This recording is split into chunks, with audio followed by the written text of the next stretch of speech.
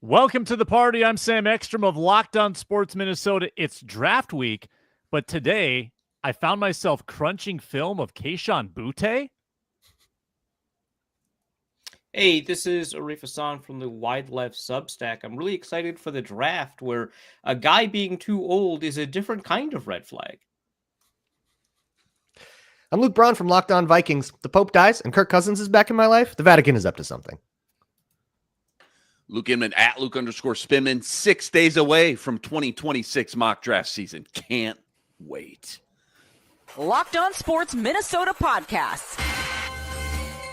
It's endless Minnesota Vikings talk with the diverse voices of your local experts. It's time for the Minnesota Football Party. It's your guys hanging out talking next level Vikings football. So join in with Arif Hasan, Locked On Vikings Luke Braun, Superior Sports Talk's Luke Inman, and Vikings insider Sam Ekstrom, plus the biggest names in Minnesota football for the Minnesota Football Party. And it starts now.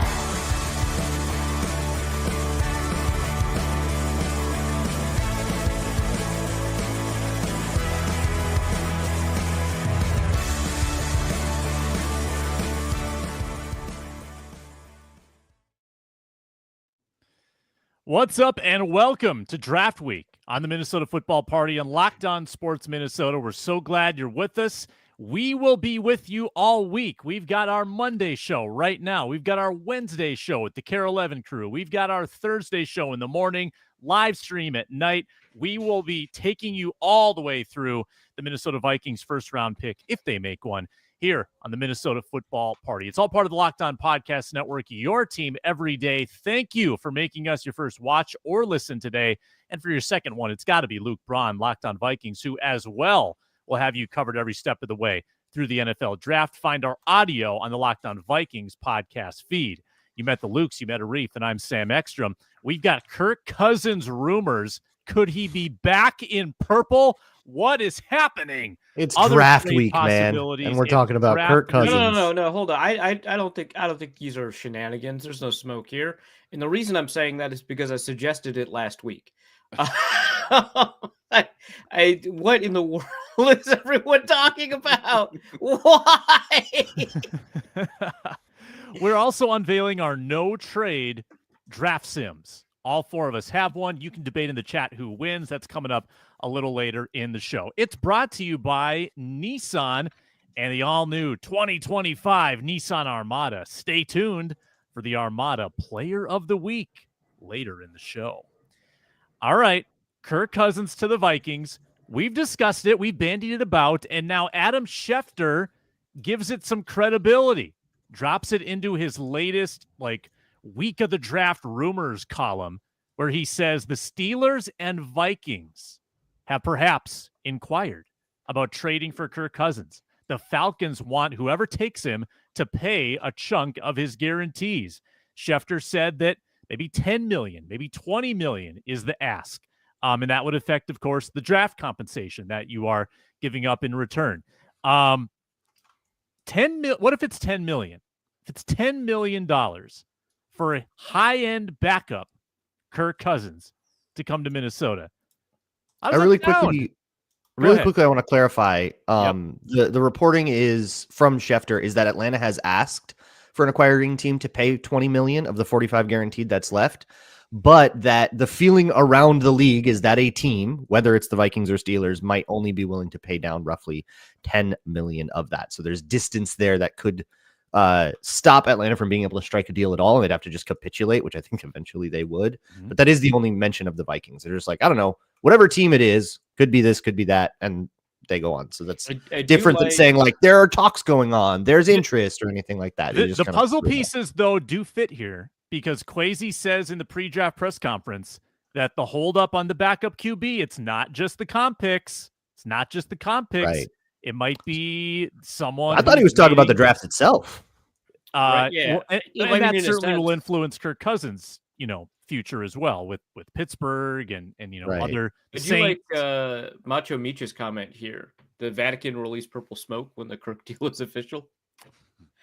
I think that's actually what happens. Will it be like yellow smoke if he's a Steeler? Or... Yeah, right. Yeah. Okay. The concern is if he goes to like the Raiders, right, and they do black smoke, and then everyone's gonna be trying to figure out what's going on. It's confusing. Confusion. Does that mean the end times are upon us? Mass chaos. I'm going to be in Hurts Italy. the Raiders in a few weeks, would actually. presage the end times. Actually, that does follow. I like that track. Actually, it would just kind of be dry and like drab in a way that makes a lot of sense. Yeah, Sam, you're going to be in Italy maybe around this time, huh? You might have to rent a car and hop on over. See kind of what the Cardinals are debating. Yeah. The purple smoke would be I'll call in. I'm sure that Inman, you'll be filling in on the show. I'll call in with the view of the purple smoke selfie style. Yeah. That would be outstanding. So let's say that this, just play it out. If this is reality, if there's $10 million to give Kirk Cousins, high-end backup Kirk Cousins, and it's a day 3 pick that you toss in there. I mean, think about the transformation of Kirk Cousins and his reputation locally.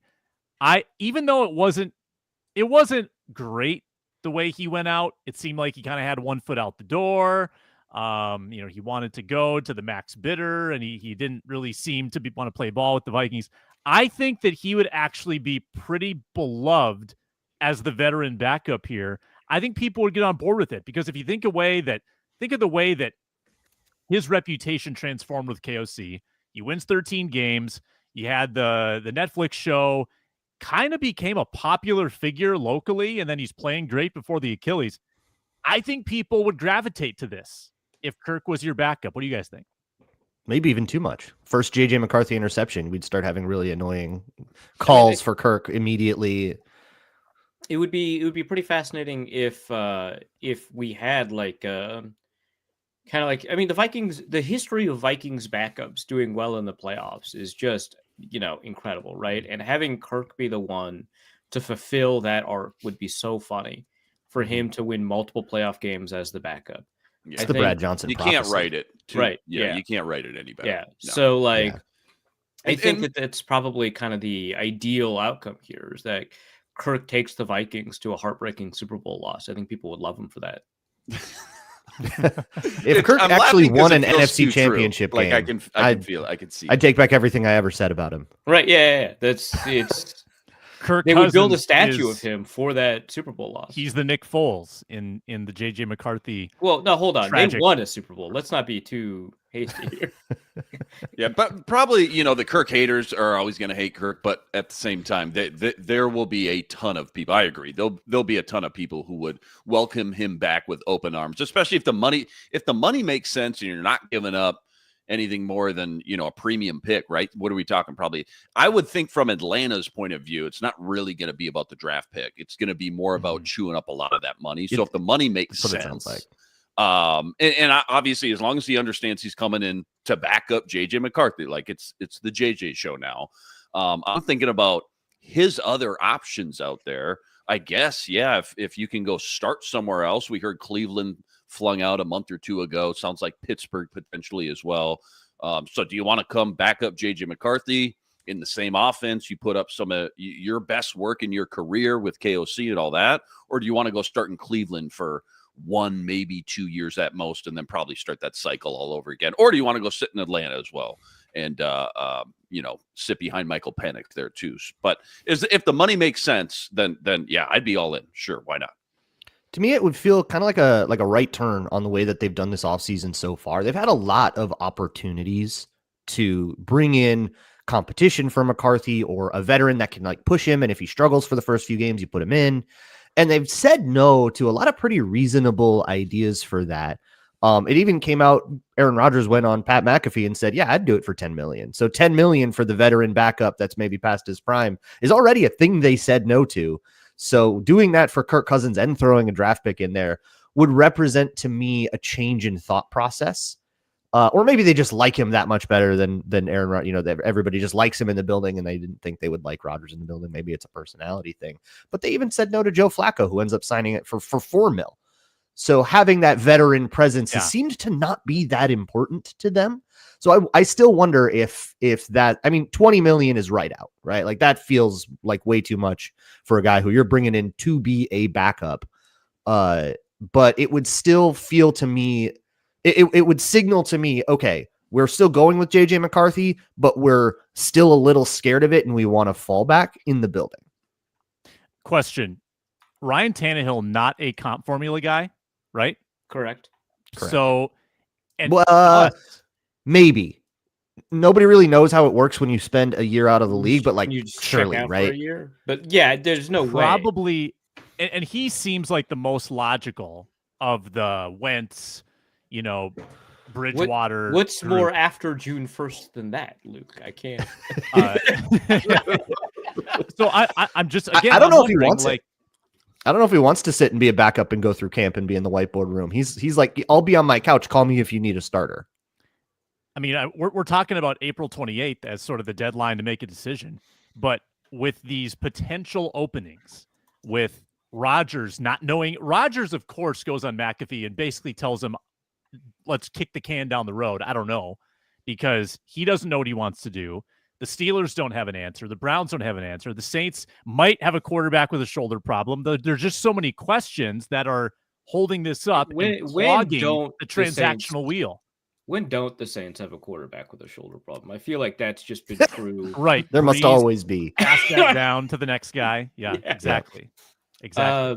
Okay, so I think that the way the quarterback discussion has changed over the course of the past couple of weeks, just with the draft alone, has really changed the possibilities for people seeking quarterbacks outside of the draft, right? Like, so there's now a discussion, for example, that Shedeur Sanders might fall all the way to 21 to the Steelers, right? And if that's a possibility, that changes the quarterback market for Aaron Rodgers really substantially. A lot of people were talking about Jackson Dart a couple of weeks ago, but now they're talking about people like Tyler Shuck, potentially in the first or second round. I think probably the second round, but there's like discussions about him being in the first round. Jalen Milroe is kind of in these discussions, but I don't think anyone's expecting him to start right away, so that probably doesn't complicate things too much. But given how much the quarterback conversation for the draft has changed things this substantially, I think that that's going to put some of these, Kirk Cousins, Aaron Rodgers, Ryan Tannehill kind of conversations at the back burner until after the draft, not just for the reasons that Kirk Cousins explained, but also just because like the market for quarterbacks, I think, is looking a lot different than it did a couple weeks ago. And if that's the case, then, you have to reopen discussions with a lot of these quarterbacks. Also, it would be really funny if Rodgers signed somewhere for more than 10 million, because now we get to call his bluff, which I know he loves. There's one other snag, which is Cousins' contract probably has to be traded June 1st. So just like calendar wise, right, you'd have to wait for everything else to happen. The Falcons, as it stands, if that reporting is true and they were, even if they took on an additional 25 million, that trade wouldn't be legal right now to do pre or post June. So they would have to like make other money to take on that stuff by like restructuring a contract just to get rid of Kirk Cousins, which I remember the Vikings being in that spot with like Cousins trade rumors before and being like, yeah, this can't happen. They'd have to like cut a guy just to make room for the dead money it would make. So that also feels like this really tough spot. The Kirk Cousins contract is a ridiculous albatross. I cannot believe the Falcons did that. I can. Goodness. I think when you say Vikings, of the four teams, and let's assume that Carr is hurt, New Orleans, Cleveland, Pittsburgh, Minnesota, Kirk still wants to start. You think Minnesota has the largest barrier to overcome to start?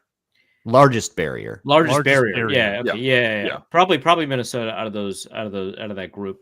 Yeah, he could start in Cleveland. He could start in New Orleans again. Depends on kind of what New Orleans wants to do in the draft. But yeah, I think that those are more likely possibilities. And also, like, obviously you're willing to devote more resources to a guy who you're planning on starting, right? Like, that's kind of obvious. So given the nature of the conversations that you described in the Schefter piece, right, about Atlanta wanting like 20 million or whatever, like, probably no matter what happens, the team that takes on Cousins is not going to take on 20 million guaranteed, but the amount you're willing to move from that is going to change depending on how desperate you are for a starter, right? And if you're the Saints, you might be really desperate. Yeah, those are like deeply hot seat trying to save my job people, making hot seat trying to save my job decisions. Yeah. And trying to get Kirk Cousins instead of having to like bear through a season with Spencer Rattler you'll never survive. Feels like the kind of thing you would just be like, okay, I know you're my division rival, but can we get something done? Saints have been in cap hell forever. Are they close? Are they like digging themselves back out of that now? I mean, this was, I guess, you know how when like your house is like really messy, you don't make decisions about how much messier your house is going to be, right? Like you're not. Right. It's just this is normal, and you've lived here, right? And you live with it. So, they can actually take it. They got 27 mil right now. They can do it. Yeah, they do. Right. Okay. Oh no, we're in cap hell, right? Oh, no. People who have never, had the need to budget appropriately winning the lottery, right? Like, oh, we've got some extra money. What are we doing? We got to use it. Hey, there is the famed Clint Kubiak connection too with Clint and Kirk. Right. Of course. Yeah. You got connect the dots, man. Done deal. Yeah. They made magic together in 2021. Yeah. Who just retired from the Saints a couple days ago? Ryan Ramczyk. Yeah. Who would be the Justin Jefferson in that offense? Olave? Right now. You'd probably be Olave? Yeah. Yeah. Inman, you think Kirk would be a good mentor, veteran backup? Like if that's the role he plays, think he'd be good in that role? I feel like he would be. Even if he's behind the scenes begrudging, I think that he'd be publicly really good and probably pretty good in the meeting room. We can ask Atlanta, right? Like that's the role he has to. We just be like, hey, right. Has he been a good mentor? Because like a lot of guys that are like quote unquote good guys are not good mentors, right? Like Ryan Tannehill and Flacco both famously refused to. I was about to bring up Tannehill, and then also Flacco's there. Phillip Rivers, I guess, was supposed to be in. Was Brett Favre to Rodgers? Wasn't that kind of a thing that he wasn't? Controversial, actually. It was a thing that he wasn't, but in hindsight, they're like, oh, that was all really overblown and it wasn't a big deal. Yeah. Stuff many years after the fact. So I think mentorship is way overblown anyway. Like you've got quarterback coaches whose job it is to teach quarterback. You're in the meeting room together, absorbing, right? The quarterback's saying words and talking with the coaches. Like you can listen, can be a student. The one-on-one, like, yeah, like you're my protege, man. Like, let's have extra time together, and I'll tell you additional secrets that I'm not talking about with the coaches. That to me is Aaron Rodgers does share secrets. That part is true. Whether or not they relate to quarterbacking is an entirely different matter. The truth of those secrets is also up for debate. What do you think Aaron Rodgers and Brett Favre talk about these days? More and more in common all the time.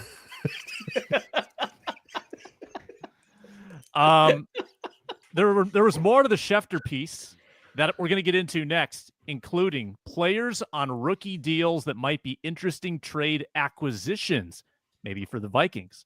That's coming up on the Minnesota Football Party.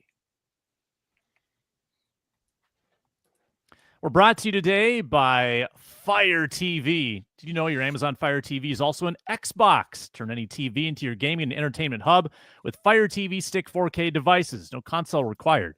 Grab your paired controller, subscribe, or sign in to Xbox Game Pass Ultimate with EA Play included, and you're ready to play. Dive into hundreds of premium titles from EA Sports College Football 25, Call of Duty, Black Ops 6, as easily as you stream your favorite shows. It's gaming made simple. It's all on your Fire TV. Endless entertainment with Fire TV. 4K streaming. Watch more than 1.5 million movies and TV episodes from your favorite subscribed services like Netflix, Prime Video, Disney Plus, Max, and more. And if you're not a gamer like me, that's absolutely the reason to have Fire TV, is because of all those endless entertainment options. You just want to watch your shows, your movies. You can do that. Head to Amazon.com/Fire TV locked on to get started.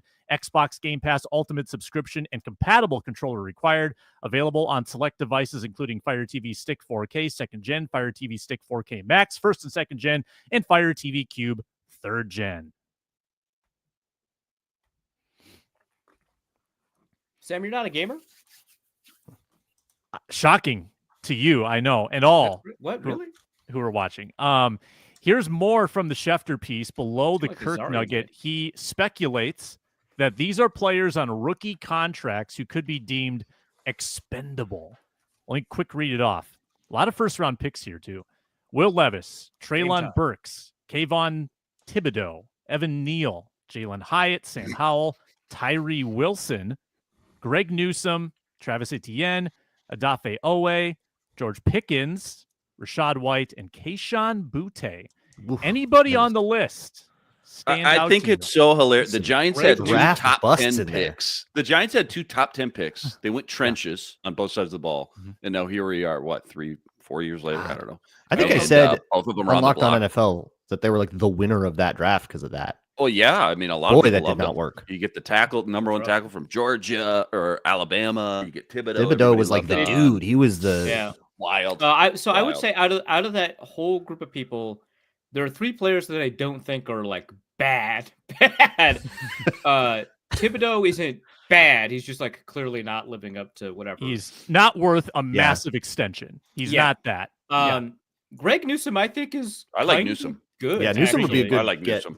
$13.3 million though on the 5th-year option. A little pricey Yeah, for sure. 1 year. And then Odafe Owe, I kind of still like. So those are probably the 3 that I think could add value. Evan Neal would be interesting if you feel like he's not too long to play guard, but also like that to me, I wouldn't be that. I don't want to like overemphasize like how interesting that might be. That is mildly interesting because I could see a potential path for him being a backup. Yeah. It's like a 3 or 4 out of 10, right? Yeah. Like, yeah. I mean, But let's yeah, kick the can around a little bit, but like not the end of the world. Maybe I don't like trading for running backs, but like younger running backs, not that bad. Yeah. Of these 2 quarterbacks, which one would you guys rather have? Levis like or a Howell? reclamation, Howell or Levis? I know which one O'Connell would rather have. Howell?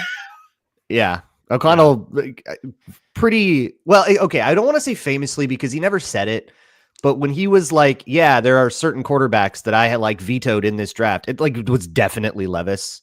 He was there at 23. They said no. Yeah.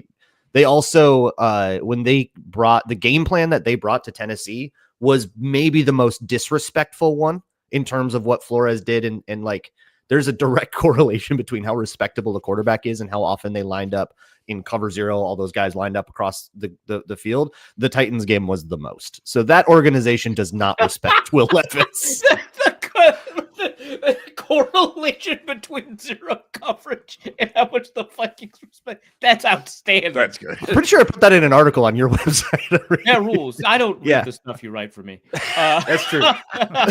It was like, oh yeah, like they do not think that this guy can handle it. Now They'd be much more excited to have Sam Howell 1-for-1, regardless of compensation. I super want them to bring in Will Levis because that's hilarious to me. That would surprise me. I just think O'Connell hates the guy. And he knew everything about him coming out because he's good friends with Liam Cohen. I talked to my good friend Liam Cohen, and he said, F this guy. He said, don't do it. Pick a receiver at 23 in 2023. Yeah, Howell definitely is going to get dealt or cut. I mean, they're not going to keep him as a 3rd quarterback in Seattle. So that he's legit out there. Yeah, I wonder if that happens in camp though. Like, because if he gets dealt or cut, that means they're picking Jaron Hall over him. I would want to see a couple practices before I did that. Yeah, fair enough. Howell, Locke, and Darnold would be your QB room. I don't know. He seems a little overqualified for a QB3. If they can get anything for him, here's the name that I'm circling. Something fishy about Kayshon Boutte being available, or expendable. He's not good. He's not as good. Schefter. Tell me why he's not good. Like he is a 6th round pick who in one real year was not bad on a bad team. Like I realized that there wasn't always a lot at stake for the Patriots. So he probably got more snaps than he would on a different roster. He beat out KJ Osborne. Yeah. What happened to KJ? What happened to KJ Osborne in New England? I'm surprised. Like, no, honestly, I'm asking. Did he get hurt? I'm legit curious too. Yeah. How did I think he just wasn't in that? I don't think he was like valued. I mean, you can't accuse me of watching any Patriots this year, but there's a reason he went in the 6th round, and some of it was like character stuff too. Yeah, some of it was characters. I mean, there was like the gambling thing too, which that got dropped. Yeah, there were scandals, but there were also like rumors about like that he's just like not a good teammate. Yeah. So it was a pretty persistent one because he was, if I remember correctly, he was like tagged as a freshman as like the next big receiver guy, and then he just never grew from there. There's a lot of tagging in and tagging out going on at LSU with him. Hey. So like I think that is probably playing a role, but I don't know, like Well, he got like just under 600 yards, which is really good for a 6th-round pick. That's a good point, Sam. Like really good for a 6th-round pick. But it just, I don't see him as somebody that really has the opportunity to be more than he is. And given kind of the issues that you might have with him as like a locker room guy, I don't know that that's like super worth it. Certainly, you take a look at this list of players, he's higher up on this list than, once you take into account trade compensation, George Pickens, right? Like if I'm getting bad locker room guys, I'd rather trade a 7th than a 2nd, right? Or Right. whatever the equivalent to the Vikings would be. So sure, but I don't see that as somebody that the Vikings would want to add to the locker room. I don't know. Maybe Justin Jefferson could like be a mentor to him, fix him, be like, hey, we're both from LSU. You should be good at football. Man, George Pickens is so good, but we do Just need do to what know I'm better. doing. Just do what I'm doing. That can't Not be that hard, can't be dude. that hard. Yeah, right. We do need gotta- to know better than to trade for Steelers wide receivers, because Mike Tomlin's always running an insane asylum, and you never know just how Right. crazy those people are As until they get out of there. Yeah, as soon as Tomlin is done with the guy, It works great on defense. It always Yeah. works great on defense for him. But these offensive skill players, Well, I mean, you got to be they do skeptical. play well when they're in the organization for a good chunk of time, not forever, right? Juju Smith-Schuster didn't play forever well while with the Steelers, but certainly didn't play well outside of it. And he's probably the best character guy out of all these receivers that we're talking about. But like Mike Wallace leaves, Antonio Brown leaves, Claypool. Chase Claypool. leaves. Like it's once Tomlin is sick of you, that's it. You're over. Yeah. Can I go off book a little bit, because there's also a couple veterans that could be available via trade. Jalen Ramsey's one I think we've talked about, but I'm still kind of watching the Jair Alexander situation. I think everybody calls the Packers bluff, and if he does end up released, that like instant fast track to the Vikings. Washed, former Packer, all the things make sense. Yeah. Hurt. Take a look at the Jair contract here for a second. No, Jair that is an has- extremely Packers Vikings connection. Aaron Campman, DN. Yeah.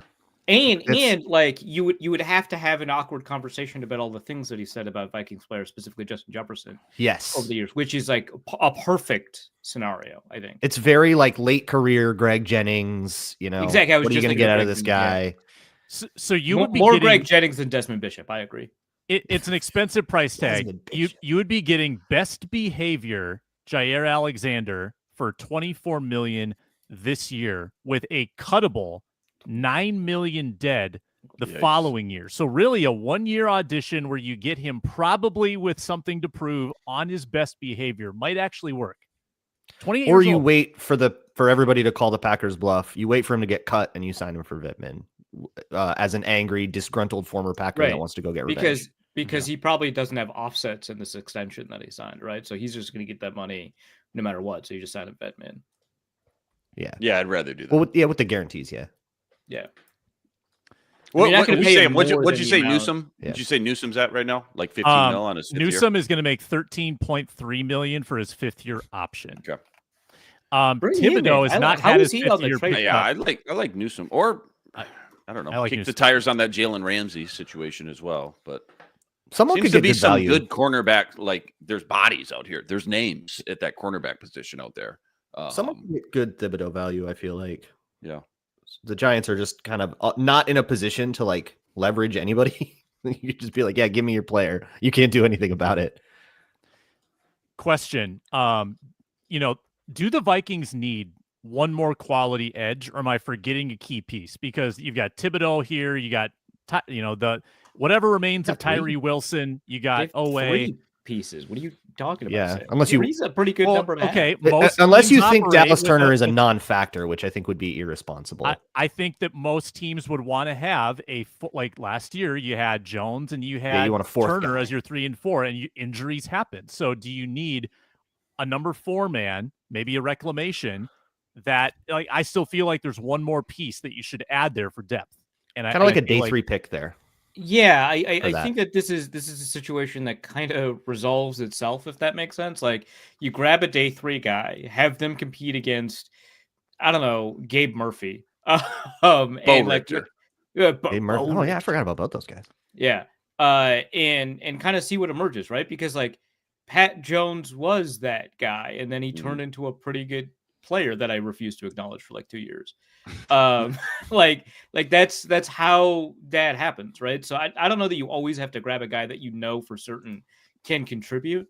Not that I would be super upset having like Kayvon Thibodeau as your fourth edge rusher. That would be a pretty great scenario for you. But I just think that in terms of how you spend your resources, where you can maximize those resources, a fourth edge rusher is, I think, a little bit further down the list than a fourth cornerback, right? So I think that's primarily it. It's not like you could always use more good players. It's just really a question of how much you're willing to spend to get there.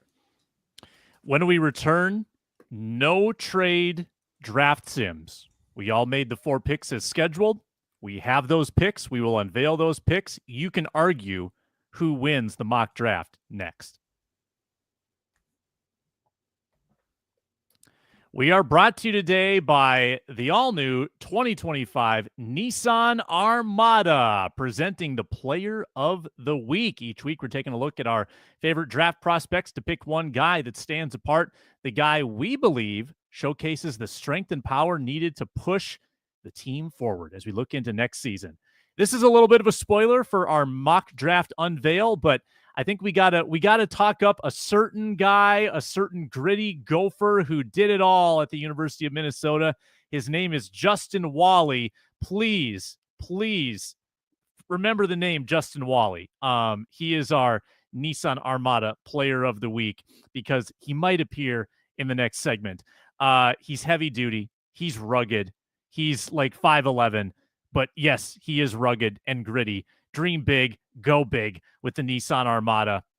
Take the Nissan Armada Rogue or Pathfinder for a drive. Go find your next big adventure. Shop nissanusa.com.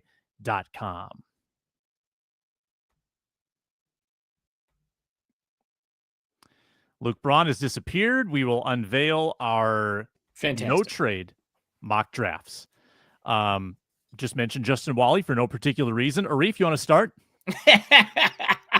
All right, so full disclosure, I didn't do this until right before the show, and both Sam and Luke mentioned that they had drafted Gophers, and I was like, oh, interesting. And so I was at my third pick, which if for savvy Vikings followers know that that's in the 5th round. So that's what ended up happening here. Luke, I think you have the ability to bring it up on screen, but first, I was really shocked at my luck in the 1st round to get Kenneth Grant from Michigan at defensive interior. Here, let's just show it. Let's show it all. Yeah.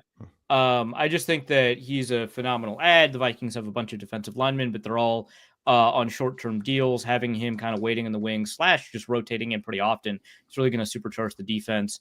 I couldn't find a cornerback I loved at round 3. Hey, by the way, this exercise sucks without trades. I don't know if the Vikings knew about that heading into this year, but please never do this again to me.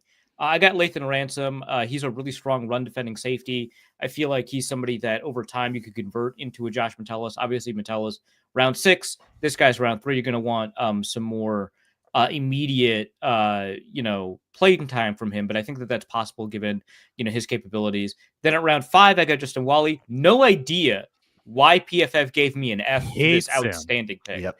136 on their big board, and you took him at 139. Yeah.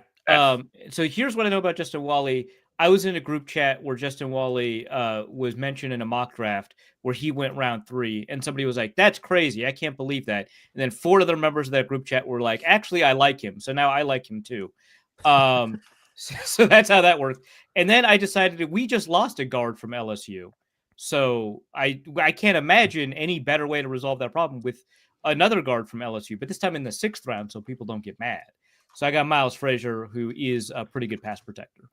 AAFA. So Arif, I'm going to go next because you're going to laugh at this. So Arif goes interior pass rusher who falls, a safety in the 3rd, Justin Walley and Miles Frazier. All right. Mm-hmm. So here's mine. Oh my God. Andrew McCuber in the 3rd. Walter Nolan falls to 24. Andrew Makuba, the safety from Texas and Clemson at How did 97. Makuba get to the 3rd? What in the world is that? A couple of A+. Y'all are lucky. That's A+, crazy. A+. Justin Walley in the 5th round. F. And then I like Miles Frazier, I think big, he's explosive, multifaceted guard from LSU in the 6th. I was going to really talk him up, but Arif did it for me. That's crazy. So Man, really, if not the like chat this is player. debating, would you rather have, and we can debate this too, Nolan or Grant? Who would you rather have fall in your lap? Oh my God, Kenneth Grant by a mile. Easily Grant. A guy who's not going to easily leave Grant. mid-practice. He says the one that he picked. Easily Well, okay, no, Grant. but I had the option. I had the option to pick Walter. I was deciding between Walter Nolan and Kellen Grant. But I was deciding. I was like, it's more that PFF gave me the choice because it's not much of a decision for me. Walter Inman, Nolan, unbiased Inman. Can you settle this? Nolan. Can I Grant? explain my reasoning, Sam? No, you can't. I've been pretty clear. I'm on the Kenneth Grant train. I've been pretty clear about that for a couple of weeks. And both the Lukes like no disrespect to Nolan or the Derek Harmons. It's a good defensive tackle class. You can't take a double. Not a first round. Don't leave practice midway through practice. That's a great.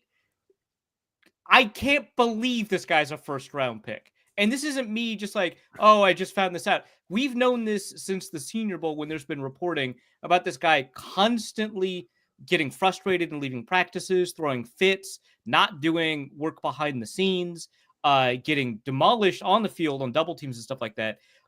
He is a first-round talent. I don't know that he is a first-round player. So for me, it's very easily Grant over Nolan. Inman, that tracks with you? Yeah. I actually think he's got a higher floor than Nolan and a higher ceiling too. And just envisioning him with Flores next to those defensive ends and all the fun stuff he can do. I've been on the Kenneth Grant, Tyler Booker train for a while. Now Tyler Booker, after that combine, seems to be slipping a little bit. So just value-wise, I feel like Kenneth Grant is a guy. If he's still there, he might not even be there, right? If he's still there, I do not think I'd be will all be about there. it. Yeah, I'd be pretty surprised if Kenneth Grant were available at 24. Let's take a look at Inman's mock. He goes with we have Bakuba again. Kenneth Grant was gone. Kenneth Grant was gone. I was bummed. Kenneth Grant was gone too early. So you went receiver then? You went for the guy. You're replacing Addison here? Go get your guys. Well, I mean, everything's basically at this point all about JJ McCarthy, giving him those weapons that he wants and could use to thrive and grow and develop. And I just feel the like guy he would have thrown to if Ohio State had its head on straight. That's true. That's true. Addison possibly suspended gives you a backup plan if you don't extend him.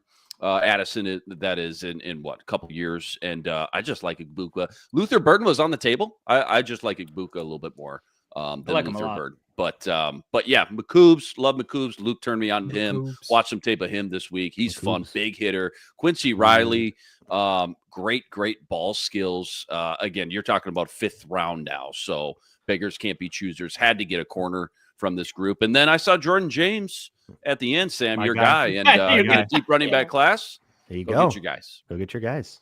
C- on those last two, by the way. Oh, C- and a C. Still got an A, though. Overall A, though. Yeah. How did you get an overall higher grade than me? Don't worry about it. Don't worry about it. Arif was an overall A-.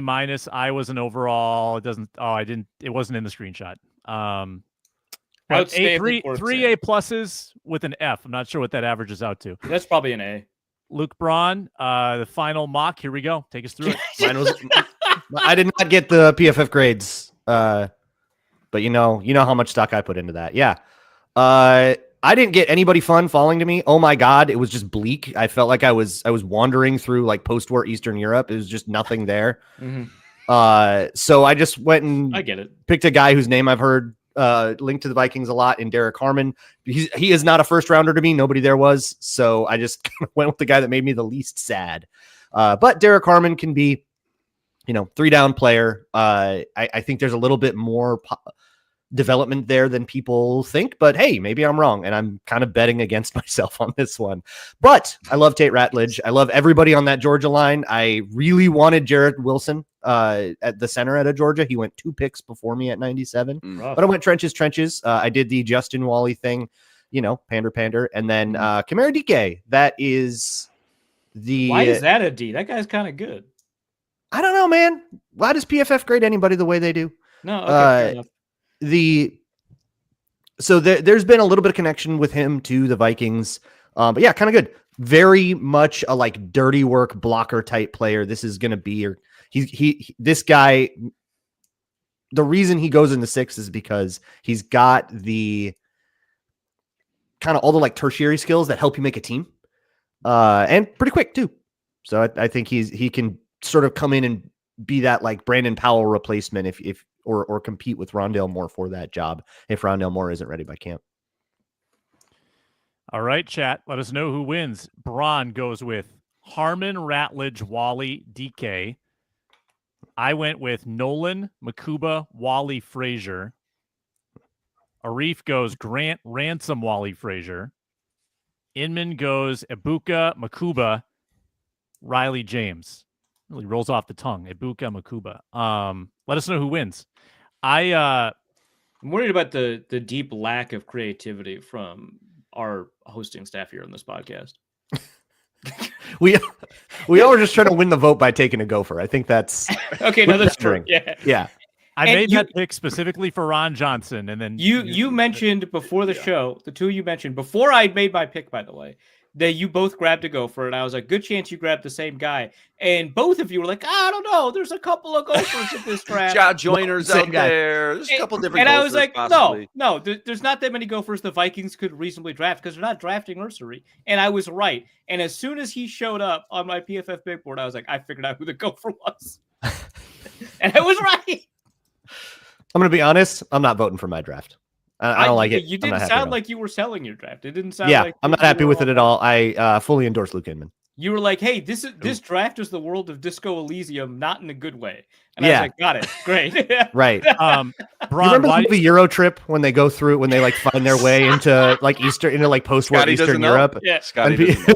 People are like, oh, good thing you came in the summer. Gets kind of depressing in the winter. Like that's how I feel in my draft. Is that a Matt Damon like that's how camp? I felt in the first round. Yeah, just throw Matt Damon in the 7th round and bleak and barren. Give me a boiled potato, and we'll make it through the winter. Why do you like Makuba in the chat so much? Has given their opinion on which of the 4 drafts they like. Of the top safeties, I will be honest. I haven't watched Kevin Winston, but I've heard really bad things about medicals there, which is why I've kind of put him off to the last. But of all the top safeties, he's the only one that's willing to like get his face in the fan and like really like hit, like really aggressively go in for a tackle. Both Emanwari and Starks are much more careful about it, and both of them get absolutely sledded by wide receiver blocks. If that guy is in run support at all, we are getting the edge every single time. Like it's a huge liability. They're just not aggressive players, and it's Brian Flores. Is he really going to draft like the safest, most cautious safety? I don't know about that. I'm not going to call Emanwari soft because he will get into he'll get into the fit and make a tackle and like put his shoulder down and like hit. Well, and you'll blow, but not in like a solo tackle situation. Like he'll be in the run fit and take on a block. Malachi Starks is, I mean, my God, you can blow that dude up like a firework. Not the case with Makuba. The reason people have him really low is just because of his size, and his size doesn't worry me. And I love the way he plays in coverage, and the way he's aggressive there as well is something that people might hold against him because he might jump stuff he's not supposed to jump. But I actually think it's pretty cool. I like it.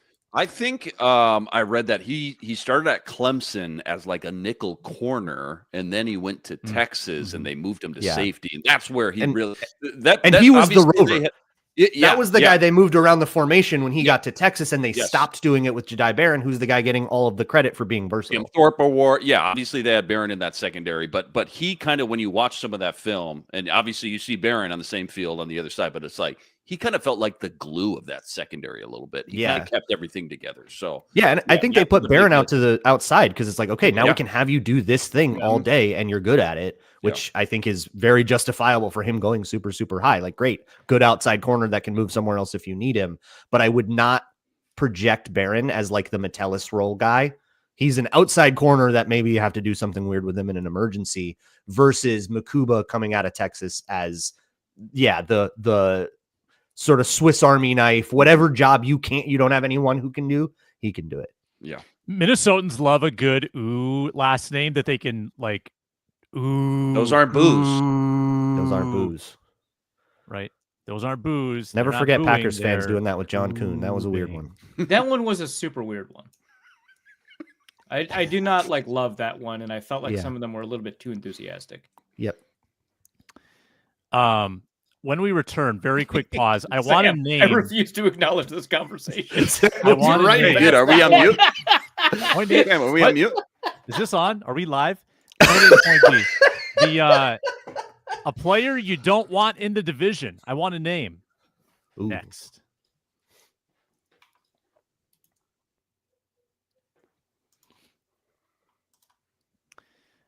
Bears at 10. Where are the Lions? 28? 28. And Packers are what? 23? 22, right before us. Okay. Yeah. Who don't you want in the division? I'll nominate Tyler Warren in Chicago. I mean, I think that could just be a thorn in the side for a while. I agree. A little bit Laporta-like. Yeah. Any of my guys, right? If any of your guys, you spend months and months kind of falling in love with certain guys and you call them your guys, and then in a matter of seconds, it turns into, now I got to hope I'm wrong and this guy doesn't pan out. Like, oh yeah, that's the so Lions have done this again, to me a lot. Kenneth Grant at 23, Tyler Booker, maybe to Detroit at 28, something like that. Jahdae Barron from Texas, I just really like.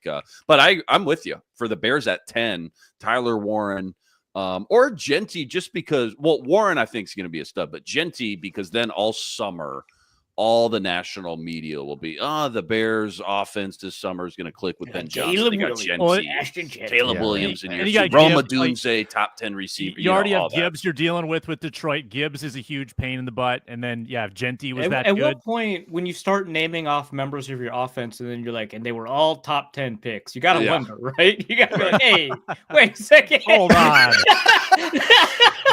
Ryan Poles is he's got a little bit of that Howie Roseman thing where he's so good at getting name value where those guys get longer leashes just based on that name value. Yeah.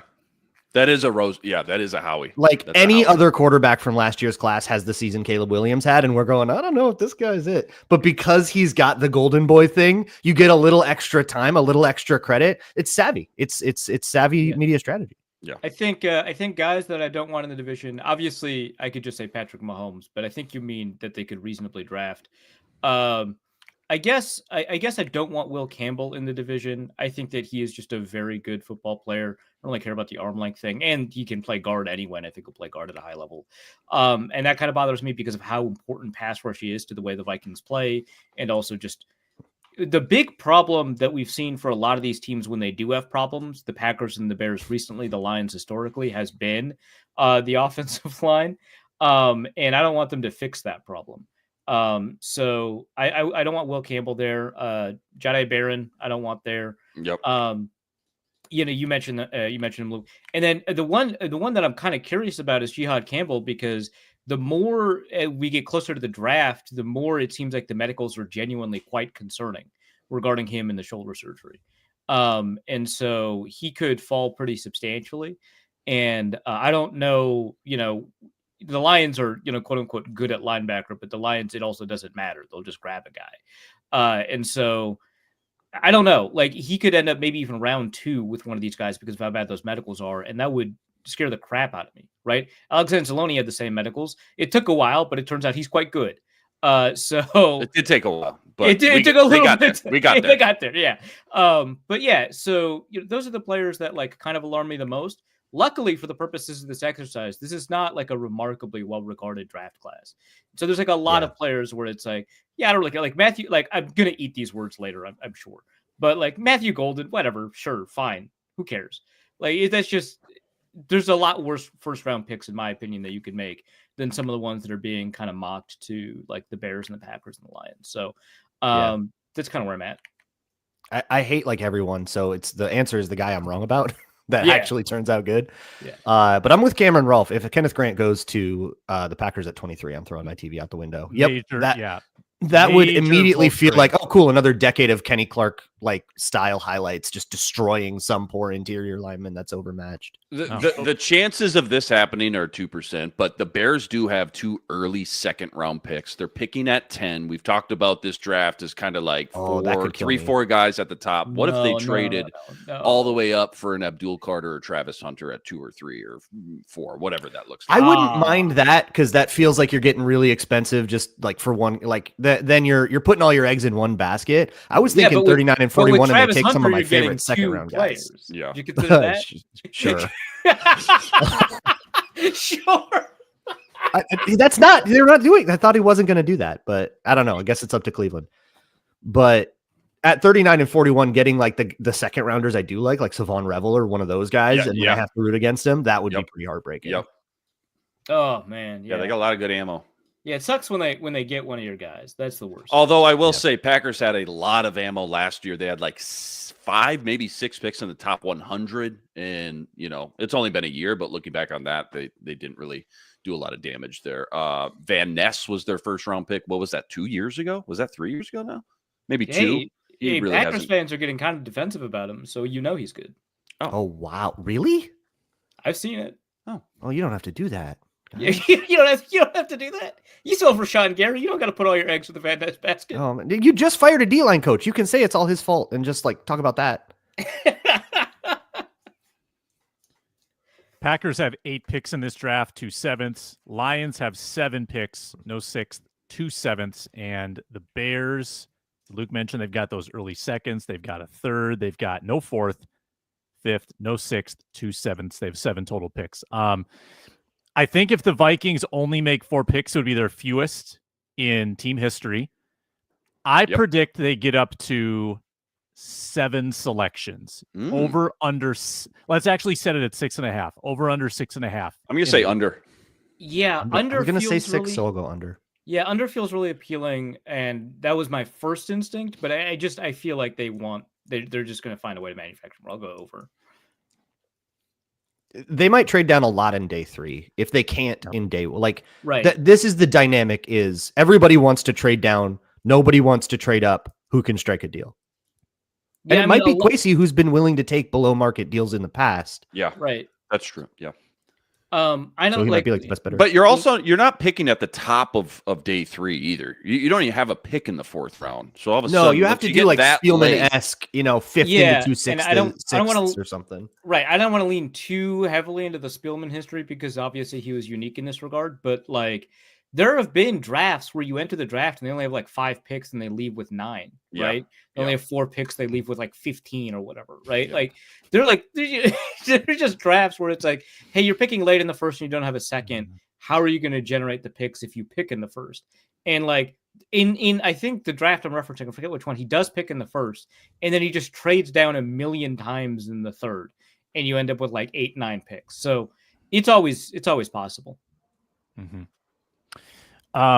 Saturday, Luke Braun will be anchoring our full day 3 live stream where a lot of the action might happen. He is doing this because he lost the sports betting contest during the season. Here's my bit. We've got some suggestions for you. I think every time anybody picks a special teamer, so kicker, punter, long snapper, Luke has to put on an additional layer. So that's either a hat or a shirt. It has to be visible to the audience. Visible to the audience. A hat, a shirt. Hat or shirt, an additional layer that he must keep on for the duration of the day. I don't own any necklaces, so that's a moot point. Yeah, no necklaces. He's just stacking the opposite of strip poker off screen. Okay. I just imagine a stack of hats or how many kickers and punters do you think are getting drafted here? Well, hopefully there's always a couple. Here. Hopefully 9, 10, 11. That'd be great. and now that long snappers are a draftable position, anything is possible, right? Do I have to if there's a day 2 long snapper, do I have to consider that, or is this only day 3 guys? Sebastian this is just Janikowski, while you're on the air. Round 1. While I'm on the air. Okay. Day 3. Yeah. Yeah, Cameron Rolfe says put on some chains. If I had chains, I would put on chains. Luco chains. I'm counting them. Are you doing the same thing, Inman? You counting them up from last year?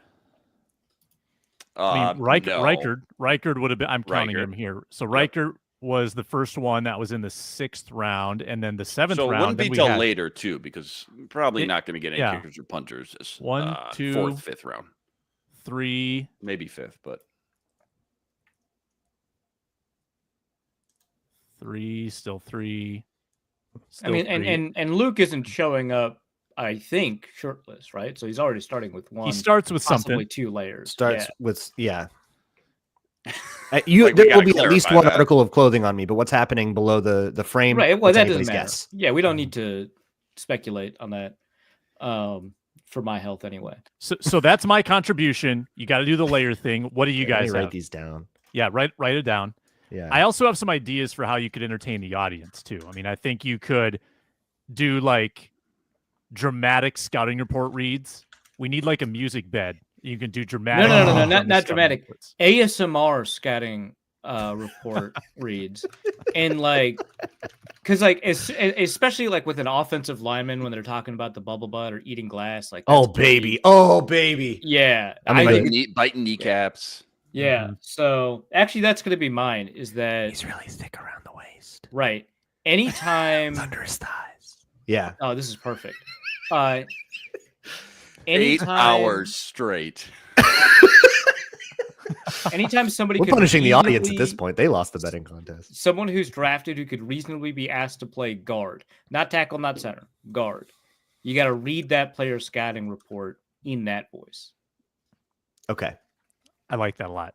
I like it. And try to find the sexiest scouting report, right? Don't take too long, but like yeah, it goes so fast. I'm probably not going to scour around. I'm probably just going to do whatever Brugler wrote. Yeah, probably the Brugler one. But if like there is no Brugler one, be like, hey, do you think Lance wrote this one real sexy? Or Brugler gets pretty randy. He does. I think Brugler's your best option here. Yeah.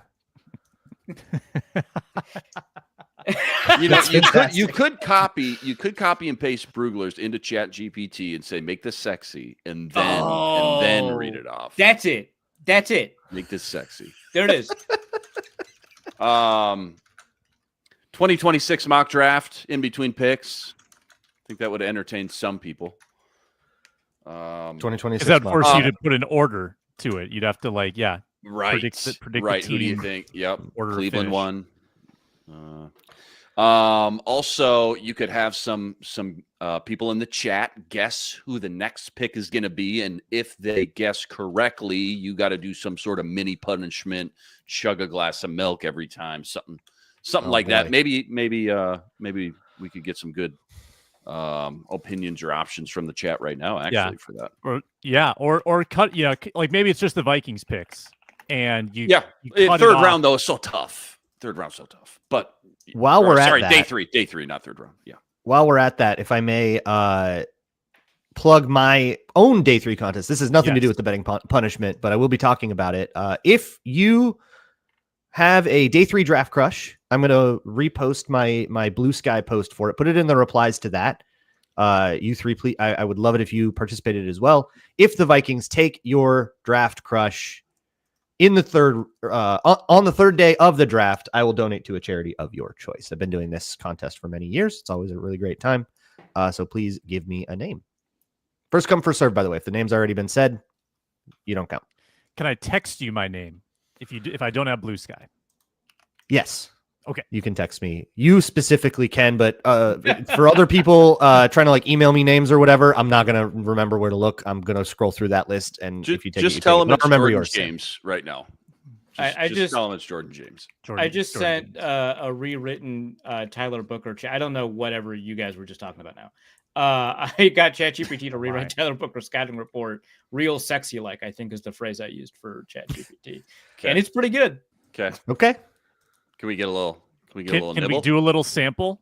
Well, that's I don't have it. You got to send it to me. I texted it to the group chat. Oh, you texted it. Nice. Yeah. Okay.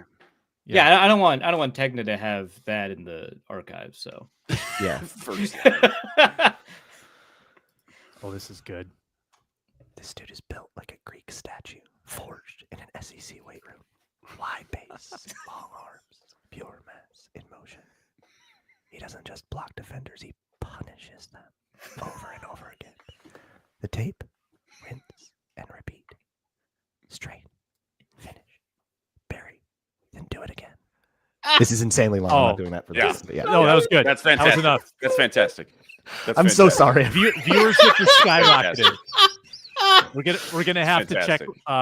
This is no longer a kids show though. We're gonna have to that box. Yeah. Not sure we can It's a monetize. scouting Day 3. Things get weird on day 3, man. Yeah, things get weird. What's not PG about a scouting report? Just the way he said it. No way. It's like it's you know it when you see it. Don't make him answer it. He's like, don't make me answer that. You can't define it, but you know it when you see it. Exactly. Just punishing everybody who made it an hour into this show. That's it. I mean, that is on them. I think they call it. Point you're subject to anything. Yeah. Luke's live all throughout Saturday. We'll join him and help him out as well. On Thursday, some iteration of this group will be together for most of the first round. So please join us. Last year was so much fun. I don't know if we can top last year with the trade up for McCarthy, the trade up for Turner. We had a great time last year. This year, Penix got the drafted. Penix reaction. Oh, yeah. So that was awesome. That was really great. I have two other quick things. There will be guests on this Saturday stream. You guys, of course, but there are some other fun guests, other Vikings podcasters and stuff. So come check it out. I would also ask that the three of you stop by right at the end. Oh, okay. For a little something. When you say a little something, given the context that we just had of what something might mean, I'm a little. I just picked the way to phrase it that would make you most uncomfortable. Success. Good. It sounds like Luke Inman also has a gift to give Luke Braun on Thursday night. That's right. A special prize to give somebody. Special prize. Yeah. Okay, somebody to win. Not Luke Braun. Anybody. Yeah. Okay. Well, Luke, I guess Braun could win it. I guess. But Got it. I don't win things on this show. That's one thing we've learned. It would be uncharacteristic. It would be off brand, but that's the Minnesota Football Party for today. We will again be back on Thursday to preview the draft. We'll lock in our final predictions. Care 11 crew joins on Wednesday as well. A lot of programming this week. Plus, catch the postcasts after every Timberwolves playoff game with Luke Inman hosting, along with Jack Borman. T-Wolves, dominant in game 1. A lot of fun. Game 2 tomorrow. Check that out as well if you like the Wolves. We'll be back soon this week. Draft coverage, football party. Thank you.